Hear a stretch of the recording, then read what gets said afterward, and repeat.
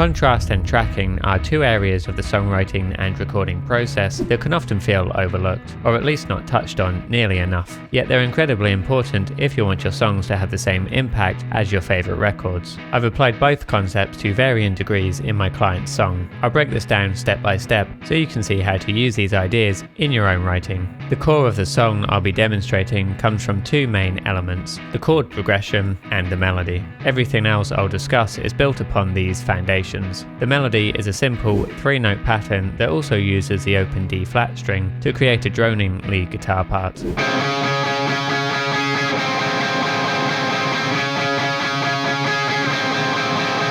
This is then played over a progression made up of D flat, B flat minor 7 and A flat.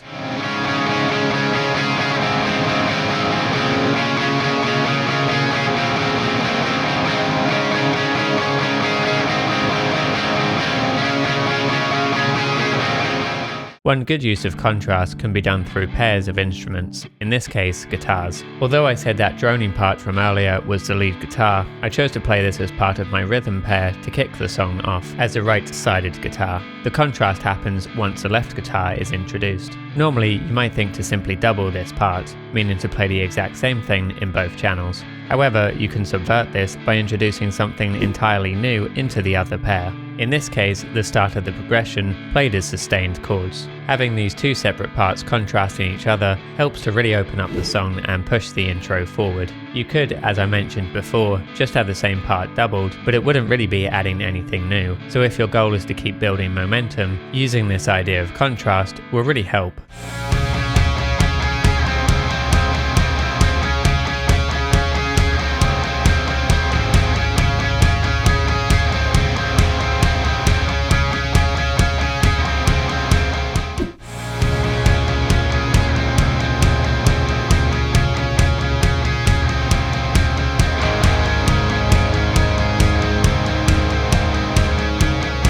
This part also uses a similar trick to a song like Enter Sandman, where the full idea is unveiled slowly, bit by bit. In that song, it's done by teasing the main riff, whereas here it's done through the chord progression. As I mentioned, it's made up of those three chords: D flat, B flat minor 7, A flat, and then back to the second chord. But the intro only makes use of the first two. You're only getting part of the harmony for now, which makes the transition into the full chorus sound that much bigger and impactful once you're hit with the complete harmony.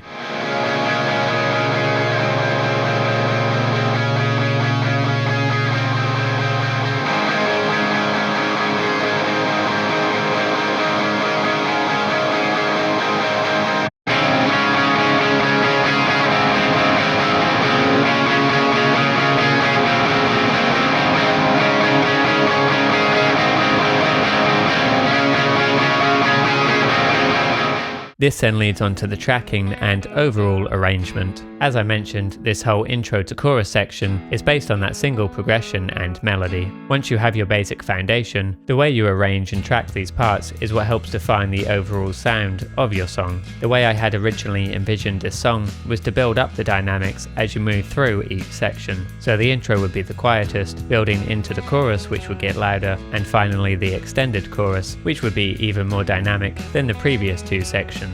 And the way this is done is entirely through how you layer and track each instrument. Because I wanted the intro to be the softest part of the arrangement, I've intentionally left a lot of space in order to fill this out more later on. The only tracks here are those two guitar parts, plus the bass sustaining the root notes of the chord, and the drums playing a building floor tom groove.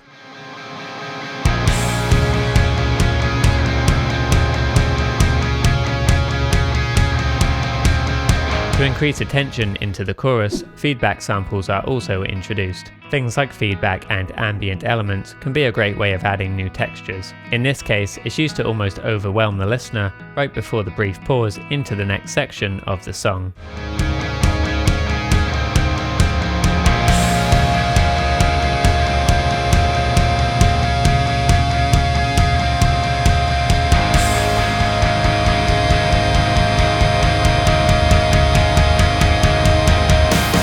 Once the chorus comes in, the rhythm guitars switch back to playing the full progression: D flat, B flat minor 7, A flat, back to B flat minor 7, while a second pair of guitars enter to bulk up those chords. The difference here is that these heavier guitars are playing power chords or power chord inversions to really focus on the lower portion of the chord, giving it a thicker sound when combined.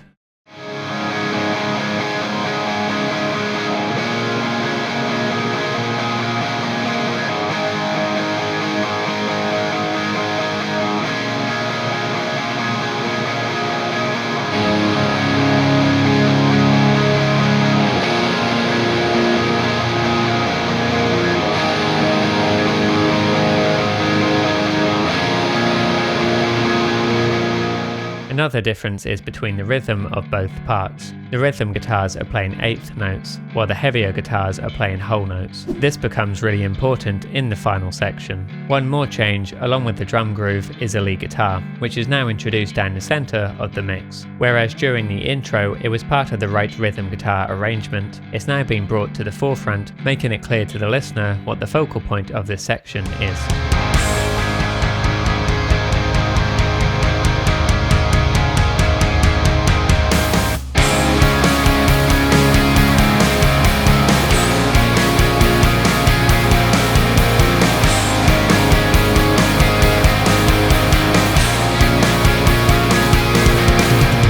Then, as I mentioned, I wanted to give this extended chorus one final dynamic lift. In terms of the arrangement, the progression changes to D flat over F and G flat sus2. But the real lift comes in two ways. First, those sustained heavy guitars now play the same rhythm as the main rhythm guitars, eighth notes. Still focusing on the lower chord tones, they use simplified versions, a D flat over F dyad and a G flat 5. And to fully maximize the stereo width, the guitar riff that was centered is doubled left and right. This creates a natural increase in volume from the combined tracks, along with a bump in low end from the harmonic change of these lower chords and bass notes.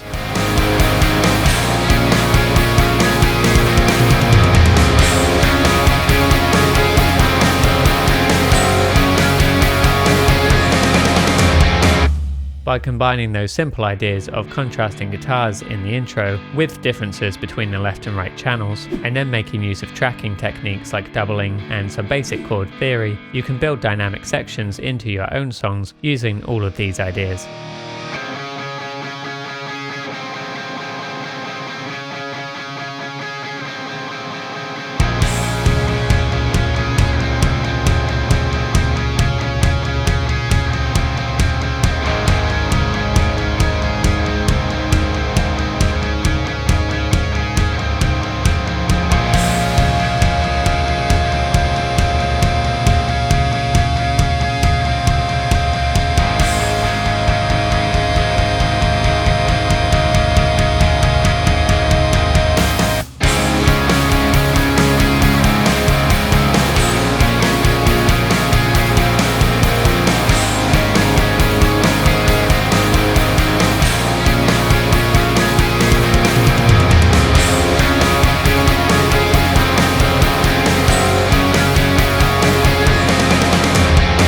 If you're looking for a more in-depth breakdown of how to use chord theory to add new layers to your song, watch this video next.